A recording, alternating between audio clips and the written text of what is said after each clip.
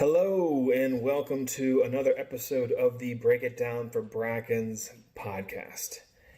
Today we are speaking with Cathy Kunkel.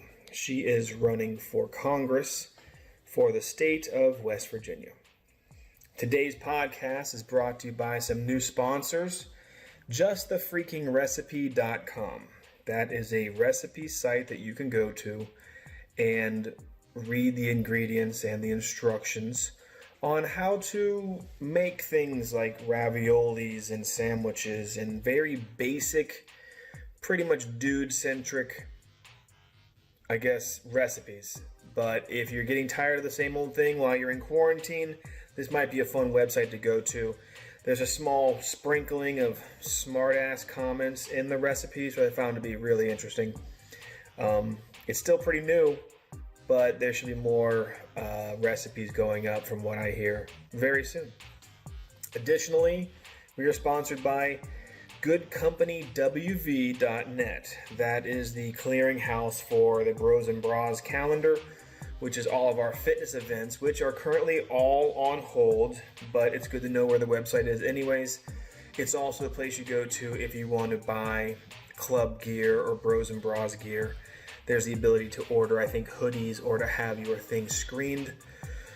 You can also follow the instructions to submit your own gear to have the logo applied to it also. So that's goodcompanywv.net and justthefreakingrecipe.com.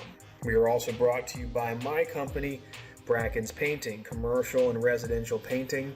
We service West Virginia and Virginia. We have licenses in both states. We carry all the necessary professional insurances, workers' comp, general liability. As a matter of fact, we should have a podcast at some point that talks about why you want a contractor that carries insurances. Others might be significantly more affordable, but working with a contractor that carries the right insurances, pays the right taxes, there is a value in that sort of oversight. You know they're a legit company. Additionally, we are brought to you by City National Bank. I bank with Melissa Knott in Jefferson County at those two locations. They have been an incredible asset through the SBA loan application process, understanding what moves I can make, and just ultimately coaching me along and keeping me calm during a time of not understanding what to apply for, how to apply, and those sort of things. So Melissa Knott at City National Bank in Jefferson County. That's who I go to, but all across West Virginia you can find one of those branches. So, Cathy Kunkel, running for Congress. Let's see what she has to say.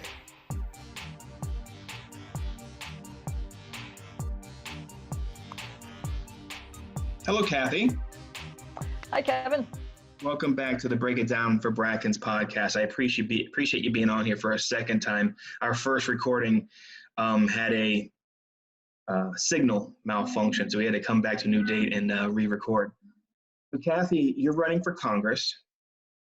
Correct. Tell us a little bit about your background, both personally and professionally. Yeah, sure. So I grew up outside of Baltimore, Maryland, and I moved to West Virginia about a decade ago in 2010, and I have been pretty involved in community work here in Charleston, where I live. You may remember in 2014 we had that chemical spill that contaminated the drinking water in Charleston, and it was, I don't know, in some respects it reminds me of the current crisis that we're in now with the coronavirus, where people were stepping up and delivering water to neighbors and to elderly folks, and really it was a great moment of community coming together. But it was also a moment where there was a lot of frustration with the political leadership, and we didn't know whether the water was safe.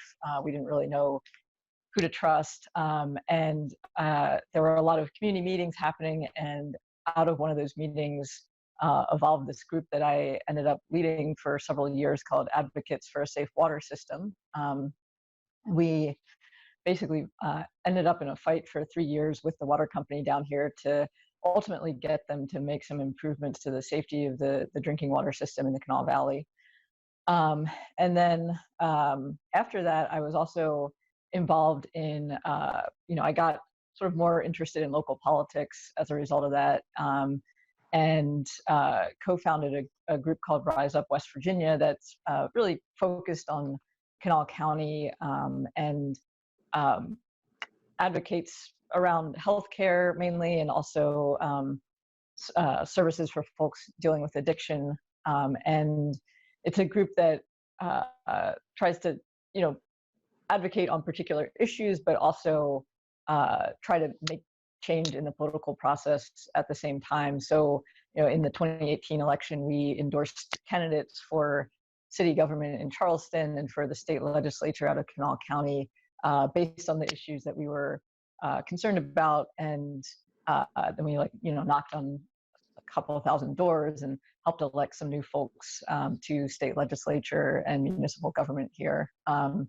And so that was kind of. Sorry to interrupt. Can you give me an example? Can you give me one example of one of the things Rise Up did? Maybe one of the real success stories that helped move the needle. Yeah. So there were a couple of things. One was, so you might, and this doesn't have to do with state politics, but it was related to our work around healthcare. You may remember in 2017 there was a big debate at the federal level about repealing the Affordable Care Act. Okay.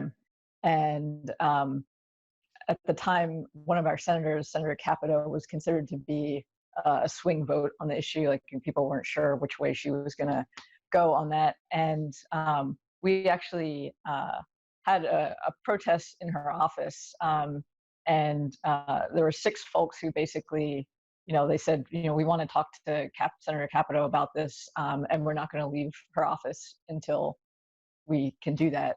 And they ended up getting arrested because they wouldn't leave her office at the end of the day. But it ended up making national news. They were on MSNBC, and then a couple of days later, Senator Capito voted against the bill. So we feel like we influenced her position on that pretty substantially. That's great. And then it was a really exciting moment for sure. And I think it was really interesting to me to hear the experiences of some of the folks who were arrested as part of that. They said, because they were, sort of locally famous here in Charleston for a minute, because it got, like our live stream got, I think, like 500,000 views, and they said they would go to the grocery store and people would come up and say, thank you. That's not something, I had to work. I couldn't have done something like that, but I appreciate you standing up for the community. So. That's really good. Yeah. Okay, so after Rise Up, are you still with Rise Up now, or? No, it's a bit of a conflict of interest because it's the organization endorses candidates, and since I'm now a candidate, That makes sense. Okay, yeah, that makes sense. So I had to step down when I decided that I was going to run for Congress. So now I'm basically full-time running for Congress, which is a very confusing thing to do right now during this coronavirus crisis, let me tell you. But prior to that, you're basically writing your own book at this point. You're writing the instructions on how to do it. Yeah, and I mean, thank goodness we have so many other good candidates in West Virginia this year. Like folks like Stephen Smith and others who are part of West Virginia Can't Wait. So feel like we're all kind of figuring out together. But yeah, there's definitely no rules. So running for Congress full time, that's got to include a knowledge of fundraising. That's got to include a knowledge of outreach, how to get out there, how to figure out who to work with. Even that's got to be a real daunting thing. What inspired you to run in the first place? Like, I mean, I can kind of get it, because in my community, from time to time, me and my friends and other people who want to do good in the community were able to move the needle, sometimes just a little bit, sometimes a lot, by working politely with local governments and stuff like that. But to try to move the needle on a state level or even on a national level, it really takes some guts. So what inspired you to get into it?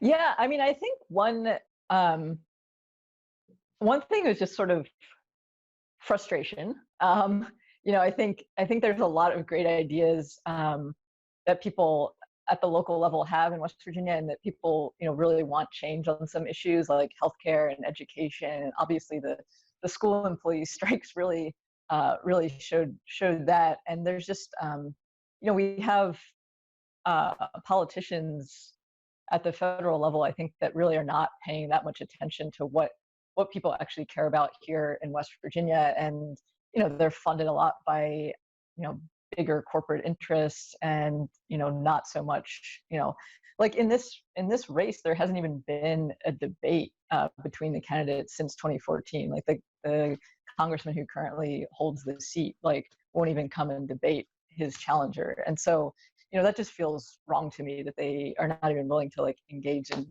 like a discussion of the ideas and like answer questions from the public. Is it, who are you referring to? Alex Mooney. Okay, so are you saying that Alex Mooney is just doesn't give a crap about talking to you? Is that kind of the message? Well, it's not even like me. Well, yeah, I mean, he doesn't care about talking to me, but like he doesn't care about talking to the public in general. I mean, he's like, have you heard in your part of the district of like Alex Mooney coming and having a town hall? No.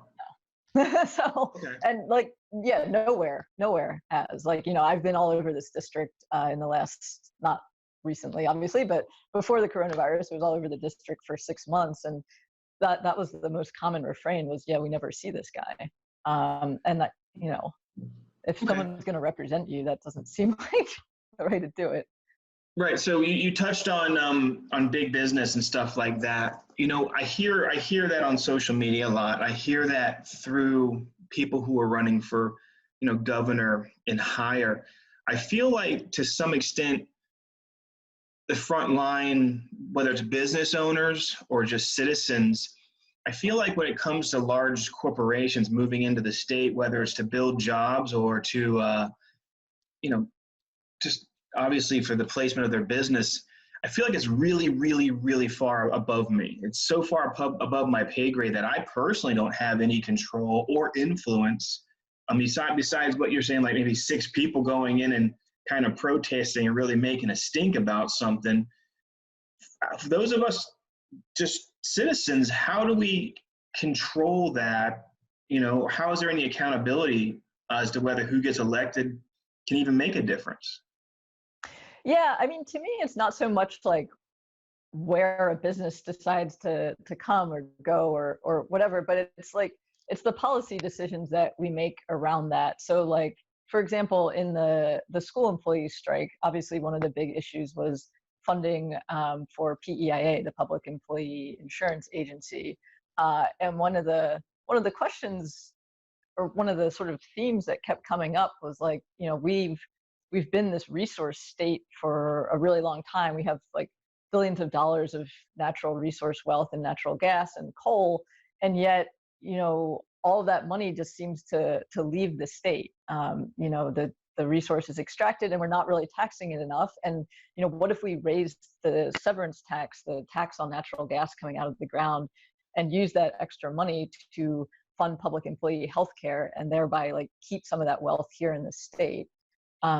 So to me, those are, really key policy questions for a state like West Virginia that's been poor for such a long time, is how do we figure out how to build up and keep wealth here? And if you have politicians that are, their main source of funding is like the natural gas industry, then of course they're going to say, well, no, we don't want to raise taxes on the natural gas industry. And so, to me, that's a conflict of interest that creates a real problem when you're trying to think about, what's the economic future of West Virginia. And going back to your question about what had inspired me to run, one of the big things was Stephen Smith, who's running for governor. And, I know you know Stephen, but he's been recruiting this whole group of candidates under this banner of West Virginia Can't Wait. And one of the central things that unites us as candidates is pledging to not take corporate money in our campaigns for the very reason that I was just describing. So if I was to break this down to a really simple level, because that's what I try to use this podcast for, is just to really understand the foundation and to not take anything for granted that's just inferred.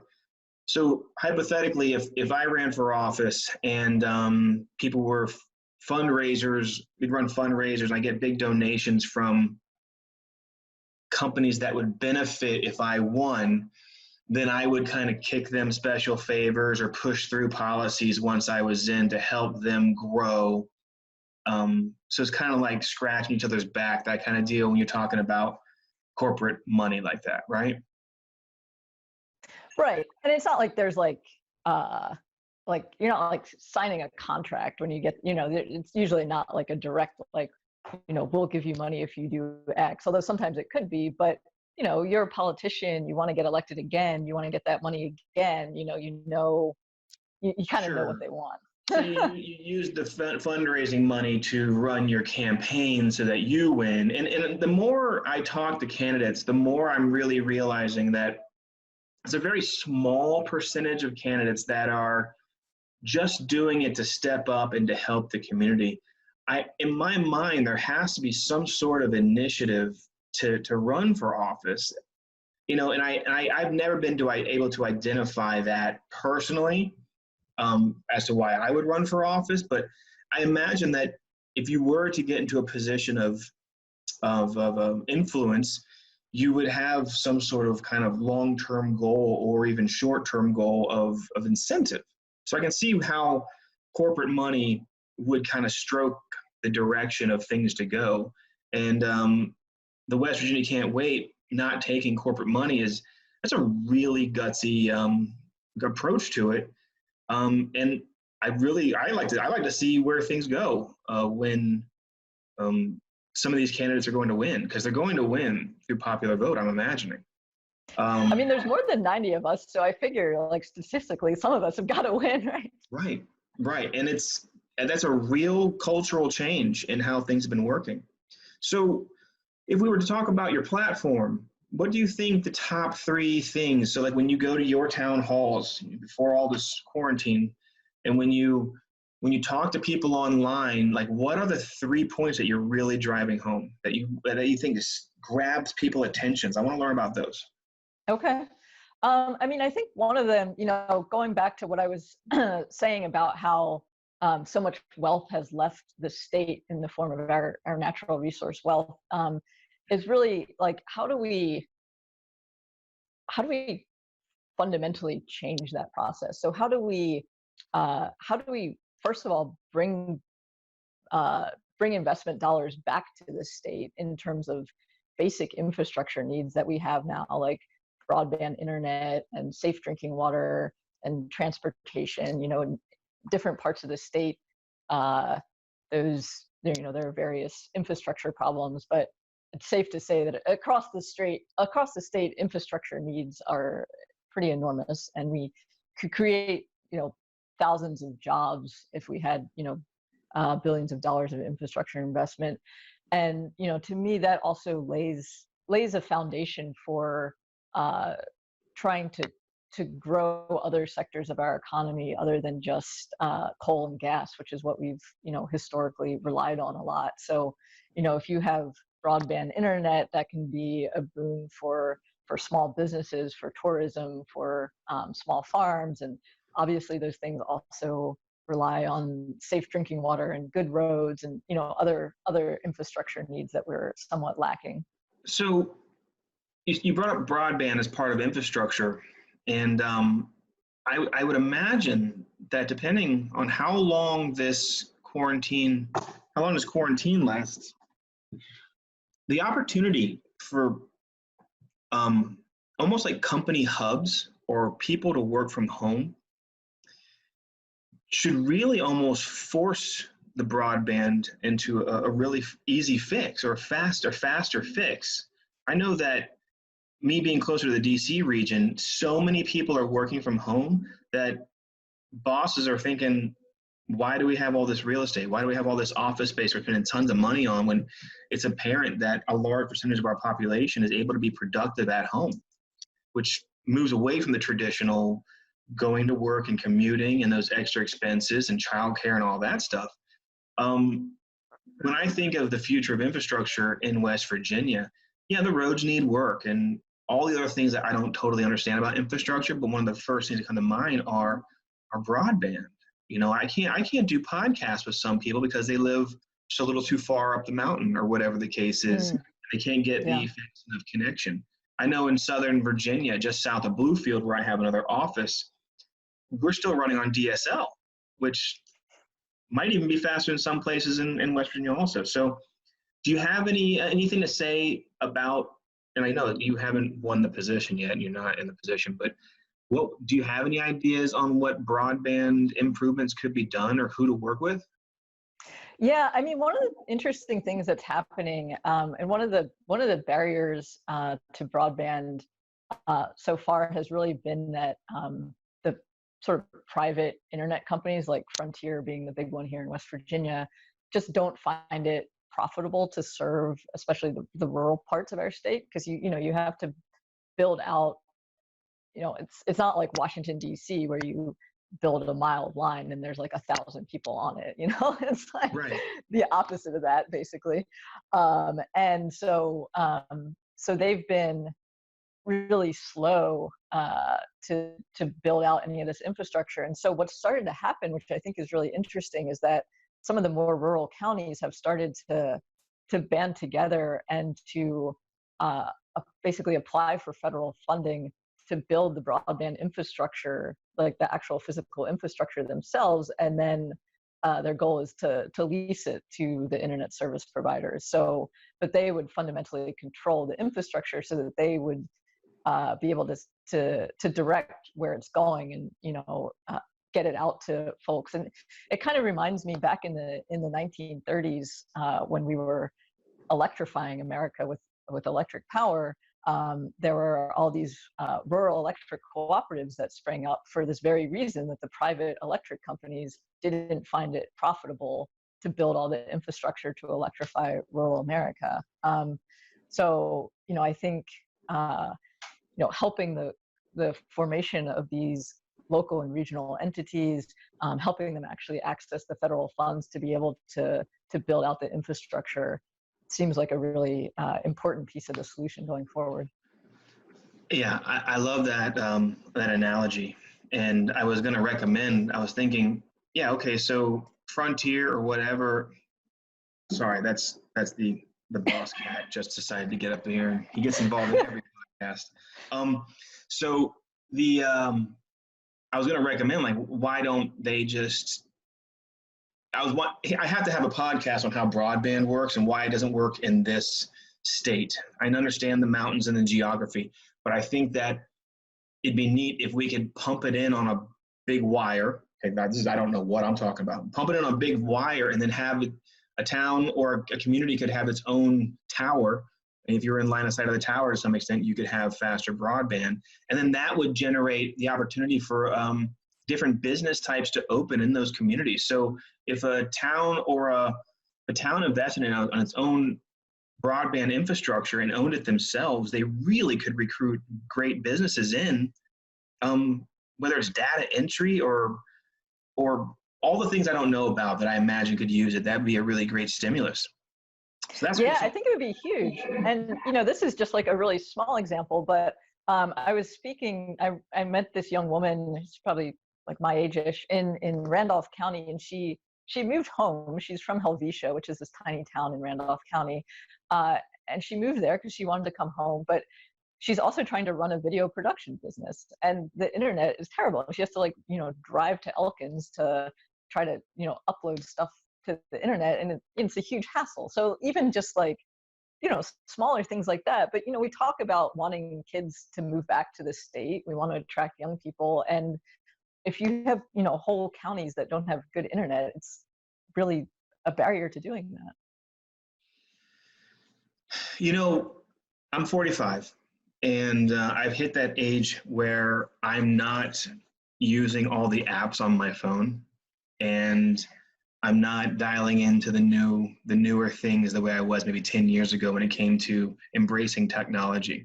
And I know the older we get, the more set in our ways we become. When I look at my parents, and my mother doesn't like to cut and paste. She's still kind of grasping how to share information on a slightly more advanced level using a laptop, phone, or computer. And it really gave me perspective that as technology accelerates more and more and more, I will, like my parents, inevitably fall behind on my ability to communicate or process. If the state of West Virginia kind of turns its blind eye and just determines that it's just not interested in making it a priority to continue competing or continue improving on infrastructure, it's going to turn into an elderly state, right? So yeah, I mean, it's already kind of getting there, honestly. I mean, we do have one of the oldest populations of any state in the country. But I mean the state as a concept. If the state doesn't yes, broadband, it's just going to be an old state that can't keep up with the times and can't. Its literal processing power will be lower than states close by, and why bother bringing your business to West Virginia? So that is really clutch, and it helps me to put it in some sort of analogy like that, where I can kind of realize how important it is, and hopefully people can wrap their heads around it and force feed it. You know, we force fed a whole state quarantine. Why can't we force feed a whole country or a whole state infrastructure focus or recycling and environmental focus, stuff like that? Yeah. I mean, clean energy is another area where our state is really lagging behind. I mean, I was looking at the numbers the other day, and the amount of solar energy installed per person in like every state surrounding us is at least double than what we have in West Virginia. Well, I drive through parts of West Virginia and I see tons and tons of windmills. I don't know. That's true. Yeah. I don't know if that's a lot or a little. But before we get too deep in the weeds on things both of us may not know about, what would be another thing on your? I mean, because I hate talking about things I don't know about. But fair. What's another thing in your platform you want to discuss? I think healthcare is a huge issue, and I mean, obviously, it's on top of everyone's mind right now because of the pandemic. But it was a big issue for our campaign even before the pandemic, and specifically the idea of Medicare for all or some kind of universal healthcare system, so that I think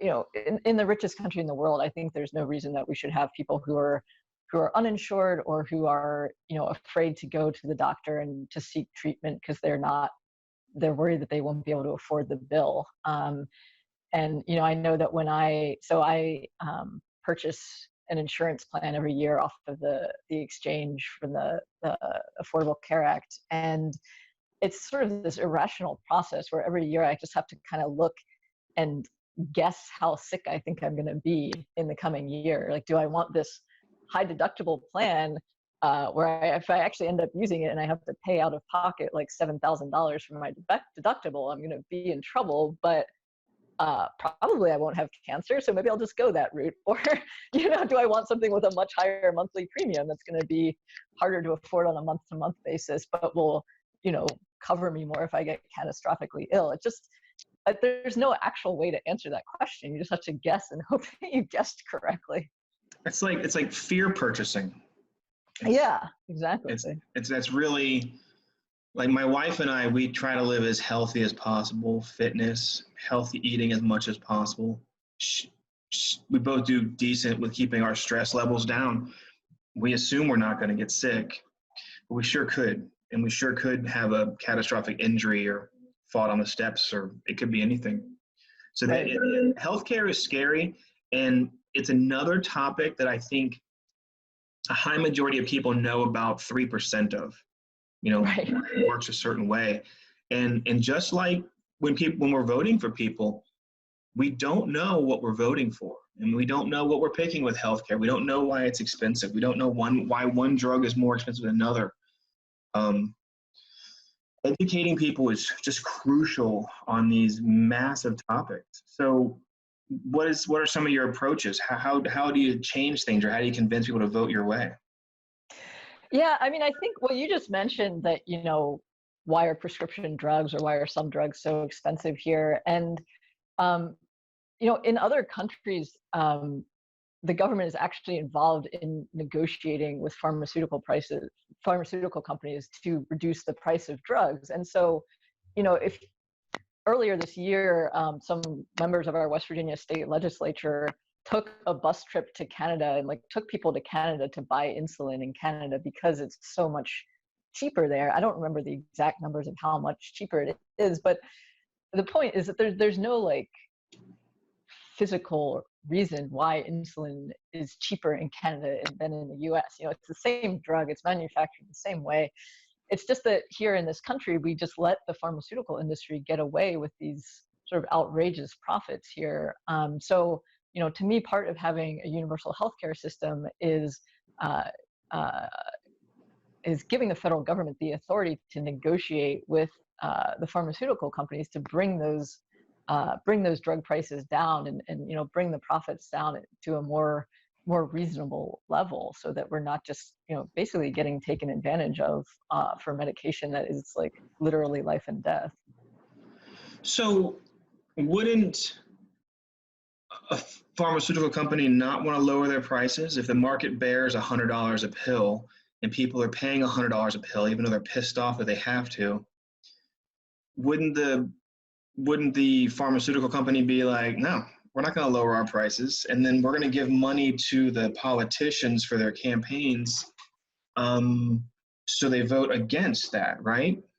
Yeah, I mean, that's pretty much the system that we're in now. I mean, yeah, a lot of politicians do get money from the pharmaceutical industry. And, I mean, in some sense, people can pay it, but there are a lot of people who are, rationing insulin, or who are, not, or who are making a really real choices that people should not be forced to make. Am I going to buy my insulin, or am I going to pay my utility bill? I mean, there's right. not, yeah.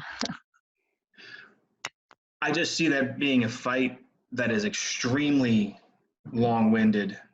And what would be another example of how the healthcare could change for the positive? Yeah, I mean, I think one thing that's interesting to me, and you may have some perspective on this as a small business owner, but I was meeting with a furniture manufacturer in Morgan County, and he said that in his industry, at least, one of the biggest causes of offshoring jobs is actually healthcare, because in other countries, the government is basically paying the cost of health insurance, and so it's not putting that burden onto private employers to be paying for healthcare or health insurance for their employees. And so if you're a company and you're looking at payroll costs, it's often cheaper in another country, and so that's another reason to send your jobs offshore. At least in his industry, he said that was the second biggest cause of offshoring. So that's another reason why I think having a universal healthcare system where the government is essentially covering the cost of health insurance for everyone could be a boon to business as well. Yeah, I mean, as a commercial and residential painting contractor, which is my primary business, I have applicants ask from time to time if there's insurance, and just the process of me researching how much it would cost to have somebody on insurance inflames payroll so dramatically that as a painter, if somebody wants their house painted, the outside of their house painted, they might call 2 to 4 painters. We all show up, and sometimes it's price driven. And if I'm $2,000 and somebody else is $1,500, they may, or most likely, would go with the $1,500 person because they don't always understand the value from one to the next. A painted house is a painted house as far as anybody's concerned. So if I'm stuck in a market where I have to bid my work day in and day out, and people aren't just coming and buying my $25 book that I wrote or something, you can't negotiate the price of a book, but you can negotiate the price of purchases if you have that ability. If I carried insurance and my payroll was significantly higher, that makes my cost much more higher, which means I'm no longer a competitive entity. Additionally, when I worked at my father's company, we found the opportunity to offer health insurance that the employees, we paid a very small amount and the employees paid the bulk of their rate or whatever it was. But due to the the level of pay at painter, unless you've been on the same crew for 5 to 8 years, is not high enough for you to justify that much money deducted from your pay on a weekly or every 2 weeks basis. So 95% of the staff that did buy insurance inevitably canceled it within a few months because it just hit their pay in a way they weren't predicting, or they thought it should just be free, which right. nothing's free. So Right. those are the two experiences I've had. So, and again, I don't understand enough about healthcare or universal healthcare, but if it's universal healthcare, I'm pretty sure we're still paying for it through taxes, whether it's business or sales or state, or I don't even know how that works. But yeah, I mean, I think it would be paid for through like individual income taxes. And, to me, the benefits of doing it that way rather than the way we currently do it are twofold. One is that it's predictable. So like I would know what I'm going to be paying every year, instead of like what I was talking about before, this like weird guess of like, am I going to have to actually pay this $7,000 deductible, or am I just paying $400 a month, or like what is my healthcare cost actually going to look like this year? And B, overall, it should end up being less expensive because we have, there's so much like administrative waste in our healthcare system right now, because we have all these different insurance companies that spend so much time just like processing paperwork and billing, and then like fighting with doctors' offices over bills. So, I have a number of doctors complain to me just like how much administrative burden there is on them just to deal with all the different insurers and like fighting with them about what they will and won't cover. And, so there's a lot of waste in the system too that I think we could eliminate. wow, this is an entire another. Healthcare is what I envision down the road to be a series of podcasts broken into chapters, almost like a college course. And I think that would be really, really helpful if you did that. Yeah. And it's just, even if people could get not even a 101, let's just get a 90, a class level of 90, a pre-class on just to kind of understand what we're looking at when we see something online or we read an article, so we don't just glaze over and whatever they're talking about. So okay, so cool. So healthcare is another journey you want to go down. What would you say is a third topic on your platform?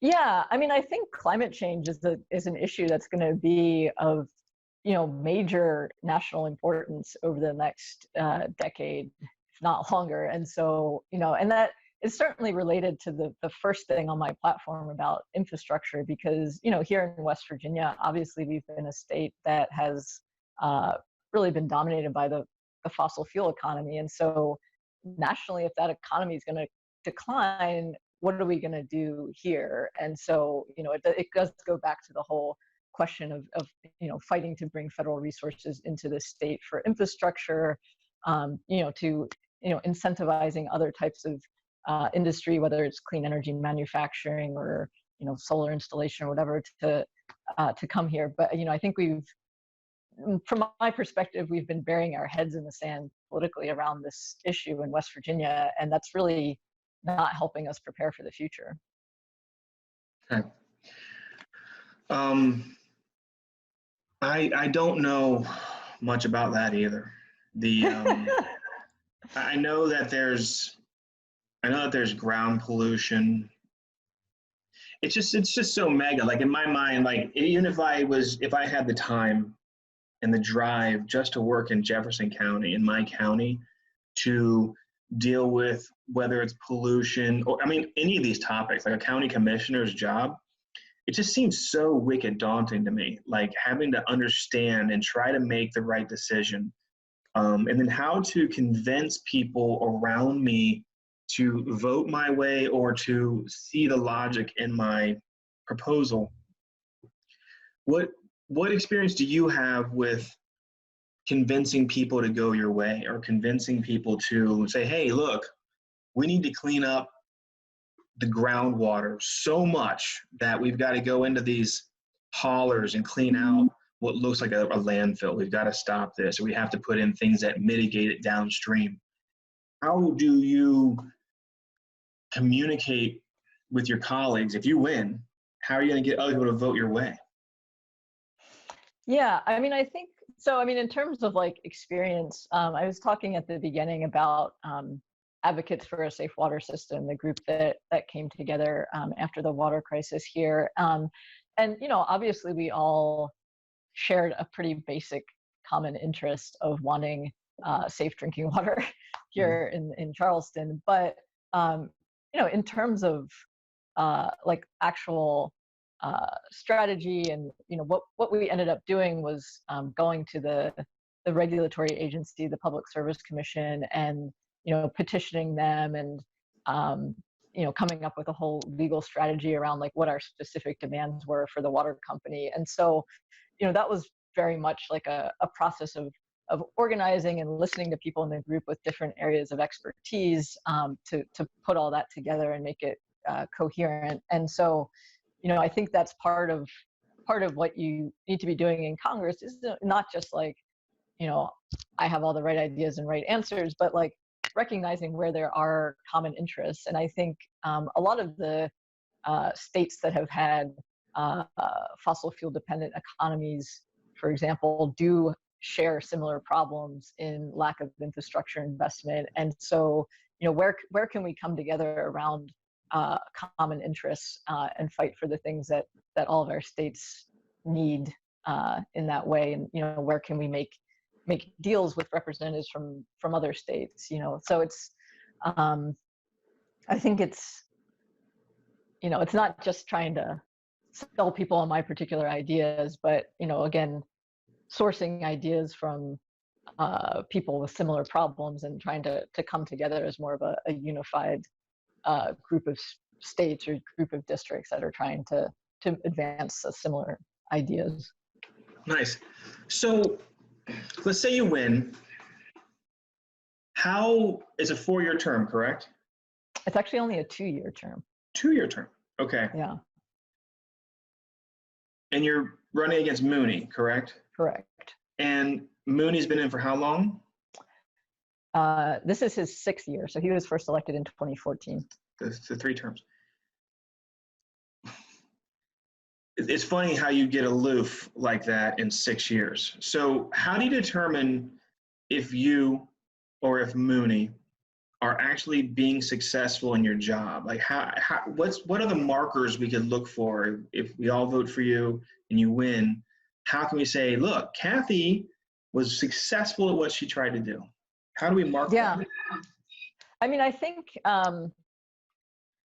there's a few different things. I mean, one is just like, are projects happening in the district? Like, you know, is money flowing for rural broadband, for example? You know, are drinking water problems getting improved? And then, you know, I would do things certainly differently than Congressman Mooney in terms of like actually coming into the district and having town halls on a regular basis. I mean, the schedule of Congress is such that, you know, there are regular breaks, like they call them recess, where they're supposed to come back to the district. So, you know, you have like a month in August, you have like a few weeks here and there elsewhere around the year where you're not in DC, and you can be in the district and doing town halls and listening to people and, you know, hearing what other, you know, concerns come up. So to me, that's the best way of trying to keep a representative accountable, is like actually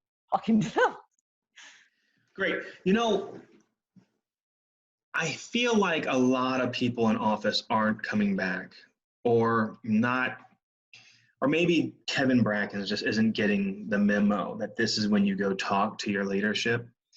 Or anytime you do want to go talk to your leadership, let's assume city council, you're like, okay, I want to say something to city council. Oh, I got to fill out a form so I can go there and get time on the docket or whatever. And then you get there and you have 4 or 5 minutes to speak, and you're nervous, or you have to take it out of your time out of your schedule. I think that people think there's so many rules to follow to get a hold of Cathy. Like, oh, I got to get a hold of somebody who's in charge of her schedule so I can get to talk to her. I think at the same time, what I'm learning though is you can just send an email. You can make a phone call. You could make an appointment to talk to somebody. I feel like, and I only have experience with state legislature and state senators where I can pretty much get a hold of them within 2 days of initial request, if not immediately. What do you feel the level higher than that is like when it comes to availability? You know, because I think that when people win office, from mayor all the way up, that most citizens just think that they're just, even though they stepped up, that they're too high up here and they're dealing with things that are bigger than what Kevin Brackens wants to bring to the table. Yeah, it's funny you say that, because I also, I think a few years ago was sort of in the same place, and I texted my state representative, or my state delegate, and he like texted back, and I was like, whoa, you know. Right. Yeah, and I mean, obviously, I think it's a little,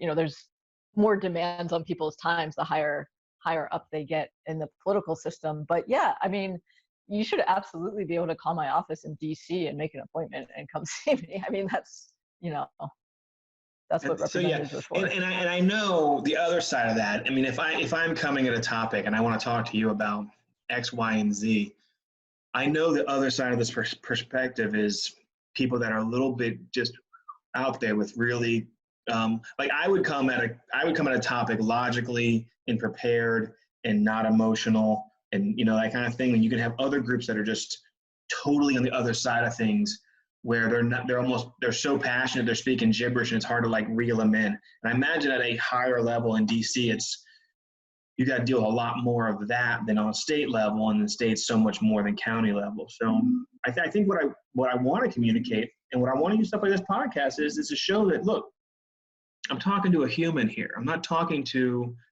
even though you're a leader, you're an accessible leader that's still a normal person, and I bet being in high level politics for a decade or more really will start to turn you in some levels. It'll turn people into maybe how you allege Mooney's acting. I don't know, but I imagine, they're just too hamstrung with high level topics. They're not trying to go and do town halls or to see how their constituencies are doing.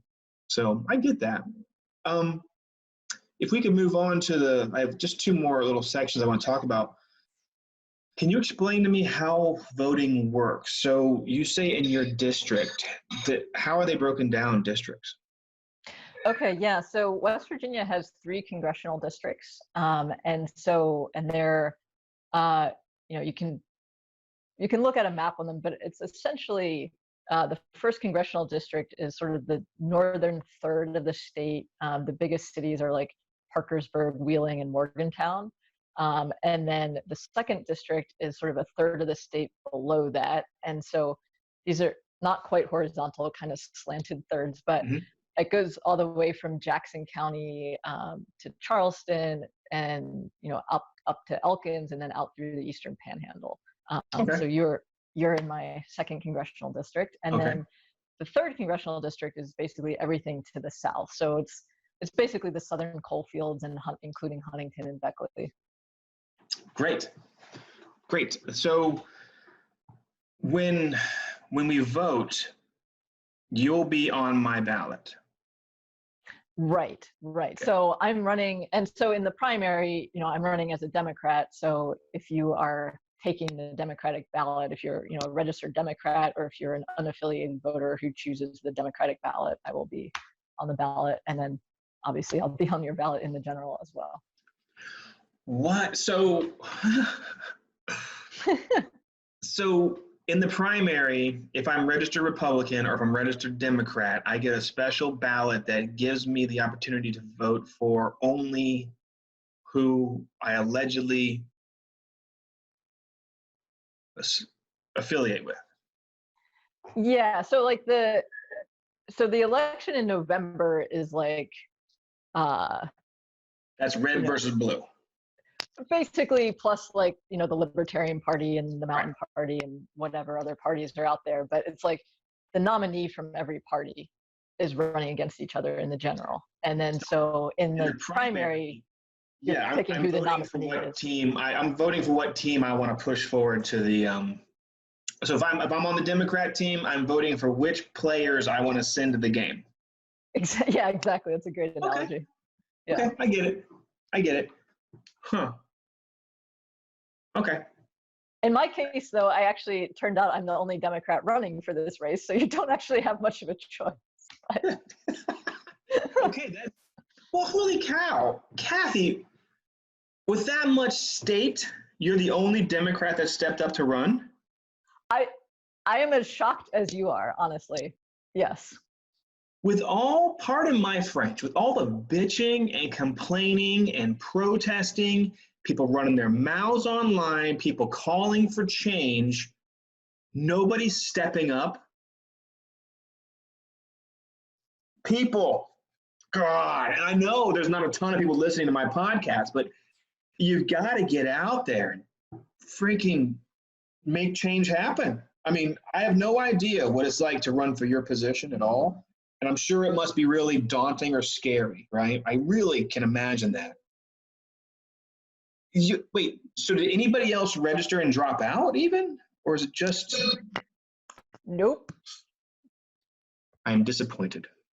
Not that you're the only choice. I'm disappointed that people aren't... Whatever. I hear you. I wish more people would step up. Yeah, absolutely. Well, good for you. But holy crap, right? I'm just... People have really used the last 2 to 3 years to be extremely vocal, to be extremely cancelizing and pushy, but nobody is sticking their neck out to be the tip of the spear, which is what you're doing, Cathy, right? I mean, you're like, well, I guess I'll represent this whole section of the state. Well, congratulations to you. I applaud you for just taking a shot. I mean, that's just crazy. I'm disappointed, but not that it's just you. I'm just disappointed that there should be 3 or 4 people at least who are stepping up. Yeah, I mean, it would be a more robust democracy, honestly, if we had a real fight in the primary, but we don't. That's the whole part. That's the whole part of democracy, is to have choice. Right. Okay. Anyways, thank you for explaining to me how voting works, because every single category, magistrate, county commission, city council, they're all differently, it's all voted differently. It's so weird to me. Have you gotten to the Supreme Court yet? I feel like that is the most confusing. I don't think I could explain it to you. It's very strange.